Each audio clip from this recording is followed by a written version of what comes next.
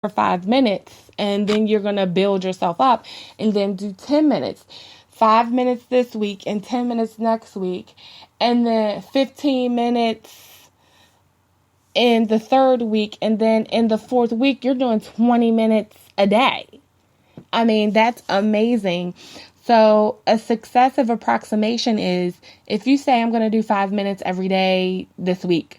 Okay, well, you reward yourself if you actually do that. And our brains are wired that if we're rewarded for something, that we want to continue that behavior. And what I would say is if your goal is weight loss, you don't reward yourself with an ice cream cone. You reward yourself more with something like a bubble bath.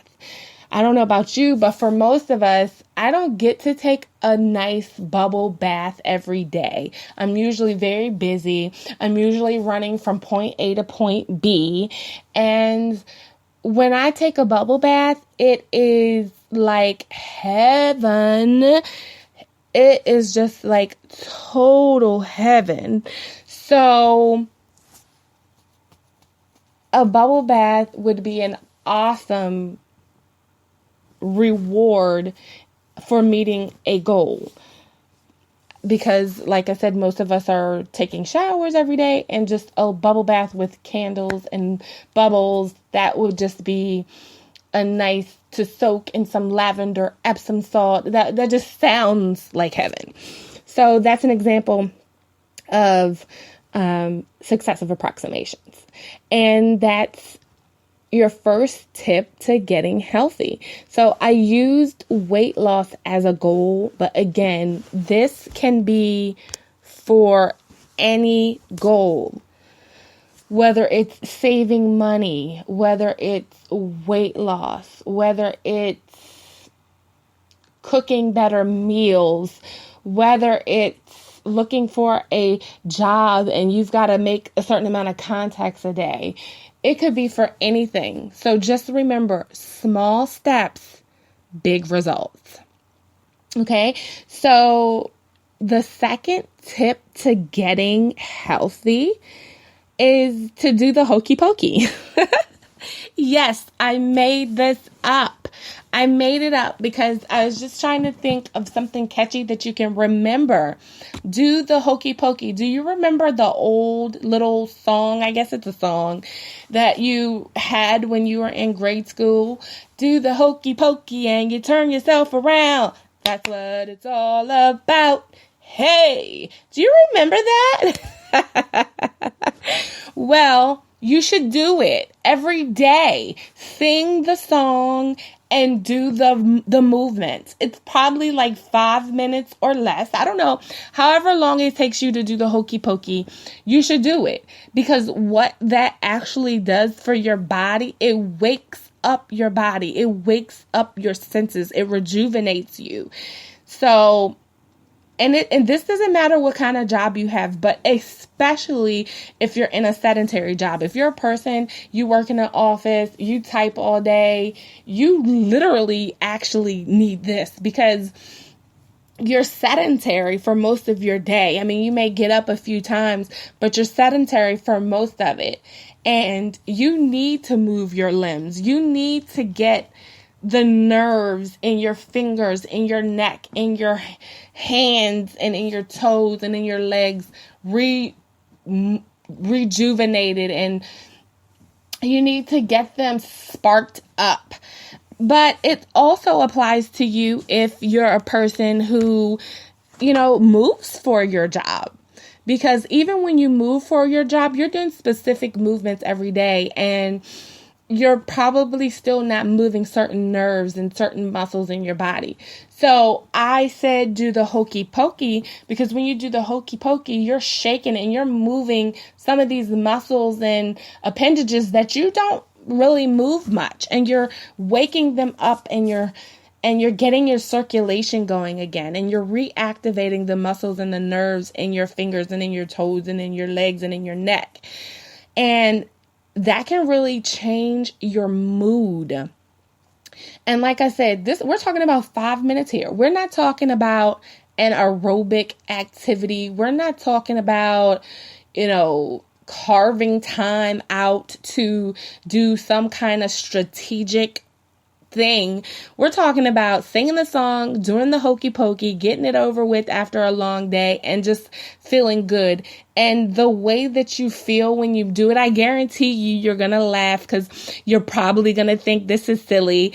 I'm 20 and I'm singing the hokey pokey. I'm 30 and I'm singing the hokey pokey. I'm 40 or 50 or 60 or 70 or 80 and I'm singing the hokey pokey.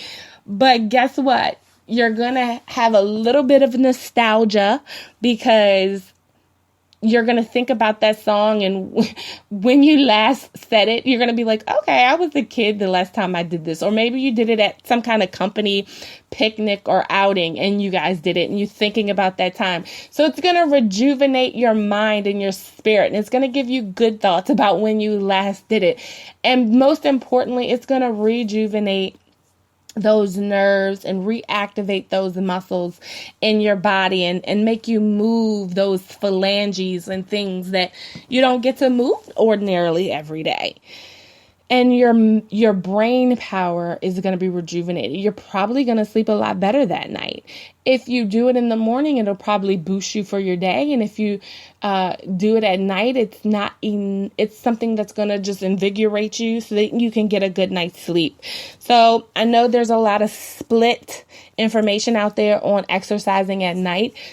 Because exercise definitely releases the endorphins in your brain, and they say that, exercise can do, what chocolate does for you, and it gets your brain stimulated. And some people can't sleep once their brain is stimulated like that.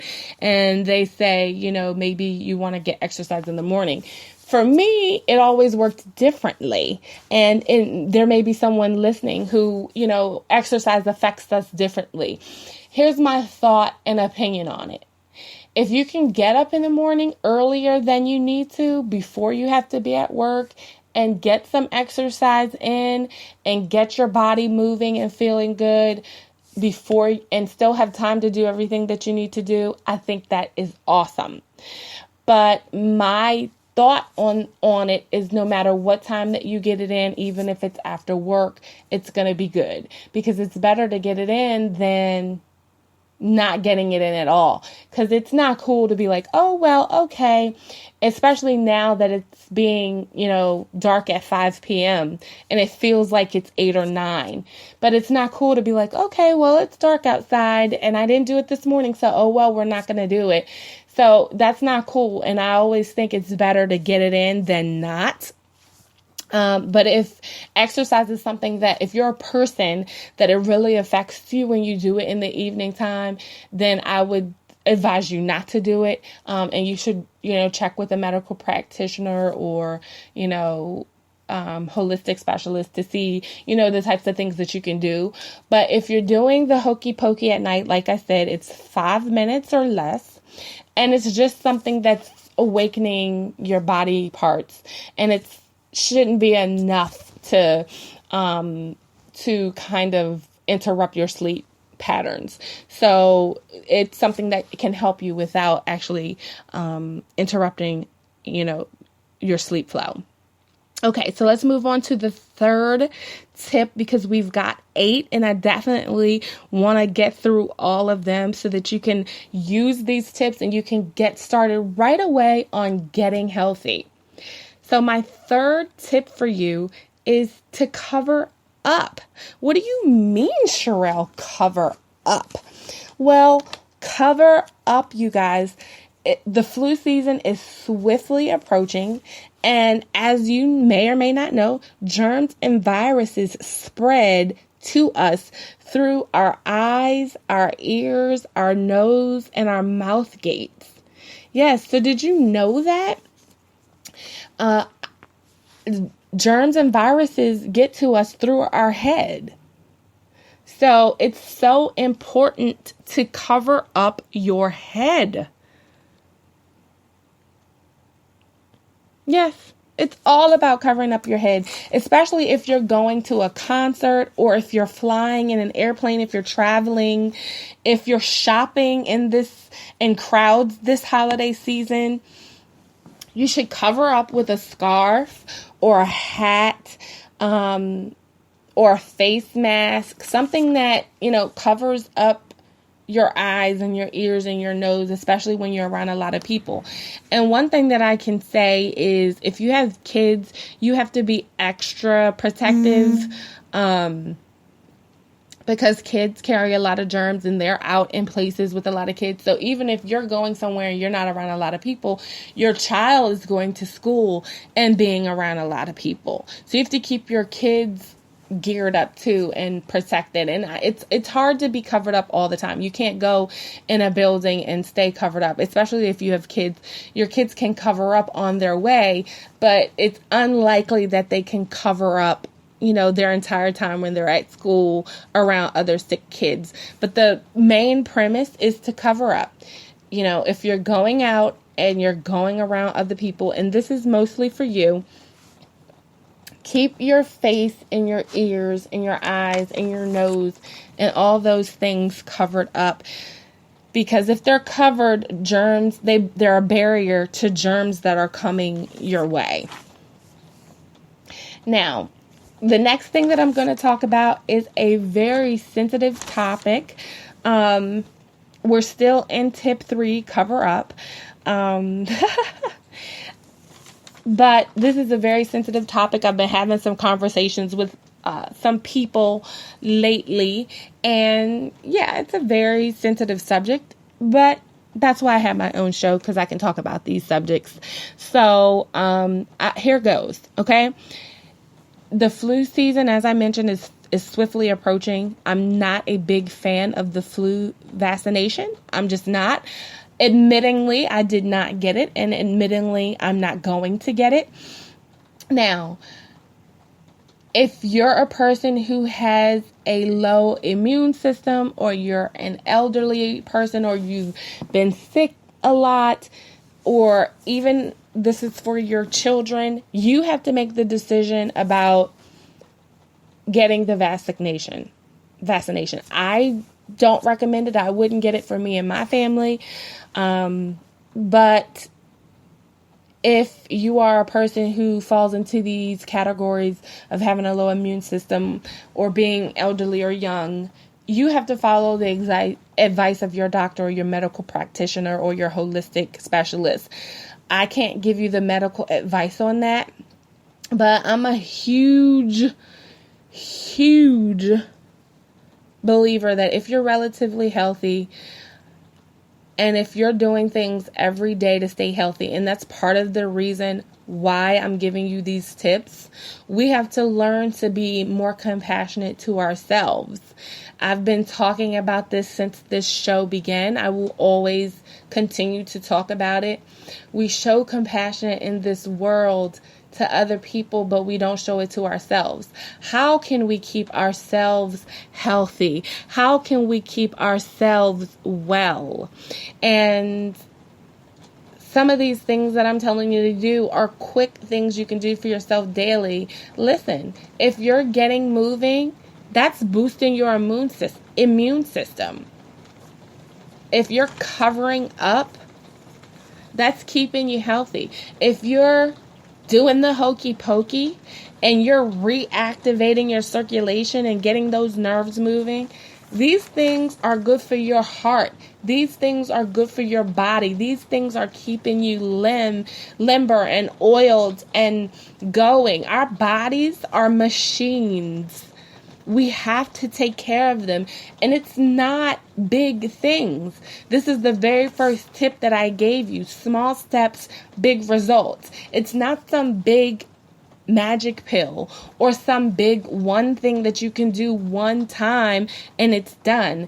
These are small steps done every day over the course of your life, or even if you miss a day, maybe you can do them every other day. Small steps every other day. Small steps 3 times a week. But they're small things that you can be done, because I think the big thing that people have this problem with is that we're busy and, you know, we have so much going on and we have these responsibilities and we have to take care of our husbands and our spouses and our wives and our children.